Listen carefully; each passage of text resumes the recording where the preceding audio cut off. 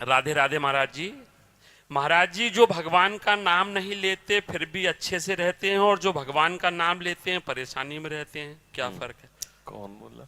ये तीनों बता दो। हाँ, ऐसा देखा भी जाता है।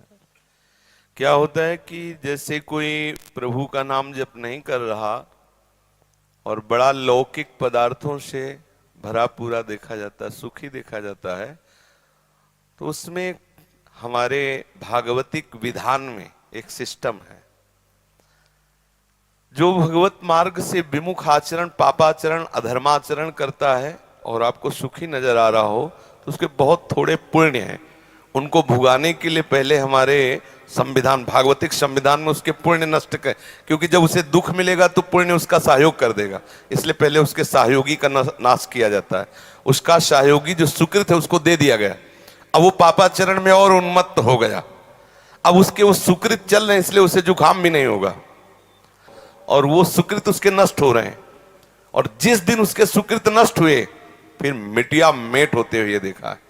देखा है, शास्त्रों का विधान तो है ही, हमने देखा है। एक ठाकुर रामबली सिंह जमींदार, आसपास बंदूक लेके चलते, ऐसा बच्चापन में उनको देखा हमने। वो ऐसे मतलब अपने गर्भ में रहते थे कि किसी को कुछ नहीं मानते थे। एक गरीब ब्राह्मण था जिसकी उन्होंने संपत्ति का अपहरण किया, तो वो गया और हाथ जोड़ा कि लंबरदार, गांव में ठाकुर जमींदार को ऐसे प्यार भाषा में बोले, लंबरदार, आप तो राजा हो, आप तो ठाकुर हो, आप तो जमींदार हो, गरीब ब्राह्मण हैं, उतने से ही परिवार चलता था, आप गालियां बके।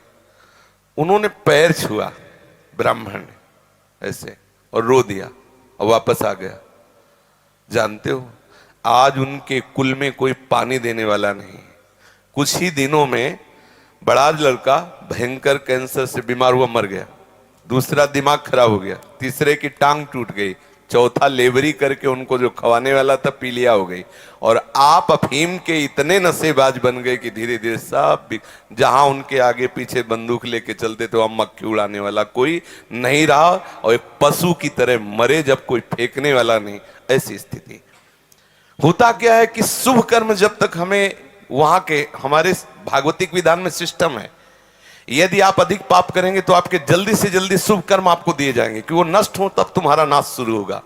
और जब आप भागवतिक कार्य करते हैं तो देख लिया गया ना कि आप संभल रहे हो, तो आपको कोई बाधा ना पहुंचा सके, इसलिए आपके जो पाप कर्म है उनको फेंक दिया गया कि उधर से खाली करो।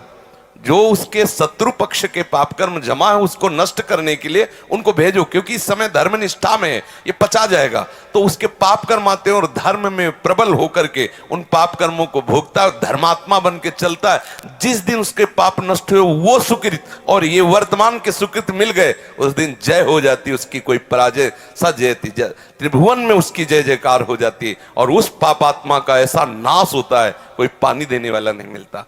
ऐसा नहीं है कि पापी पुरुष मौज से है और धर्मात्मा कष्ट से है, उसके रहस्य को नहीं जानती, इसलिए तुम्हें ऐसा लगता है। समझ पा रही हो जी?